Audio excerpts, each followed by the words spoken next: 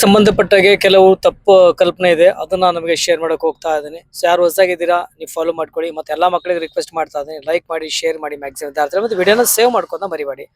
So ಮೊದಲೇದು ಏನ್ ಅನ್ಕೊಂಡಿದ್ದಾರೆ ಅಂದ್ರೆ options ಗಳನ್ನ ಕಡಿಮೆ ಹಾಕಿದ್ರೆ ನಮ್ಗೆ ಒಳ್ಳೆ ಕಾಲೇಜ್ ಸಿಗುತ್ತೆ ಅಂತ ಒಂದು ಭಾವನೆ ಇದೆ. ಸೊ ಆ ರೀತಿ ಇರುವುದಿಲ್ಲ.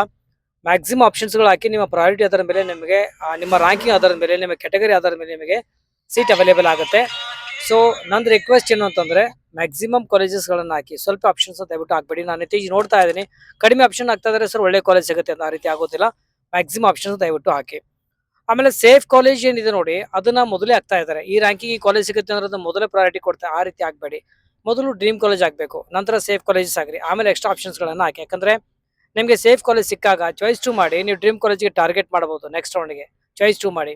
ಸೊ ಹಾಗಾಗಿ ದಯವಿಟ್ಟು ಮೊದಲೇನಪ್ಪಾ ಅಂದ್ರೆ ಸೇಫ್ ಕಾಲೇಜಸ್ ಹಾಕಬೇಡಿ. ಮೊದಲ ಡ್ರೀಮ್ ಕಾಲೇಜ್ ಆರ್ ವಿ ಆಗಿರ್ಬೋದು, ಬಿ ಎಂ ಎಸ್ ಆಗಲಿ, ಎಂ ಎಸ್ ಆರ್ ಆಗಿರ್ಬೋದು, ನಿಮ್ಮ ಒಂದು ಟಾಪ್ ಬ್ರಾಂಚಸ್ ಆಗಿರ್ಬೋದು, ವೆಟರ್ನರಿ ಆಗಿರ್ಬೋದು, ನಿಮ್ಗೆ ಏನ್ ಬೇಕು ಮೊದಲು ಏನ್ ಡ್ರೀಮ್ ಇದೆ ಅದನ್ನ ಮೊದಲು ಹಾಕಿ, ನಂತರ ಸೇಫ್ ಆಪ್ಷನ್ಸ್ ಹಾಕಿ.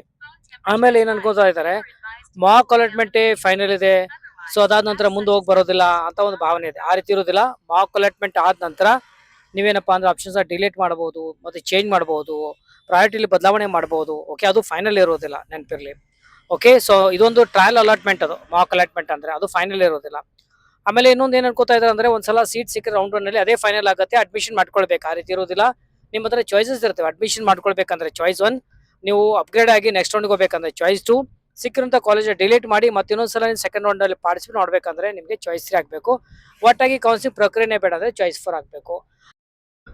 ನಾನು ನೋಡಿರುವ ಹಾಗೆ ವಿದ್ಯಾರ್ಥಿಗಳು ಏನ್ ಮಾಡ್ತಾ ಇದಾರೆ ವಾಟ್ಸ್ಆಪ್ ನಲ್ಲಿ ಅಥವಾ ಯೂಟ್ಯೂಬ್ ನಲ್ಲಿ ಏನ್ PDF ಅನ್ನು ಪ್ರೊವೈಡ್ ಮಾಡ್ತಾರೆ ನೋಡಿ, ಯಥಾ ಪ್ರಕಾರ ಅದೇ ತರ ಏನಪ್ಪಾ ಅಂದ್ರೆ ಪ್ರಯಾರಿಟಿ ಆಗ್ತಾ ಇದೆ. ಆ ರೀತಿ ಬೇಡ.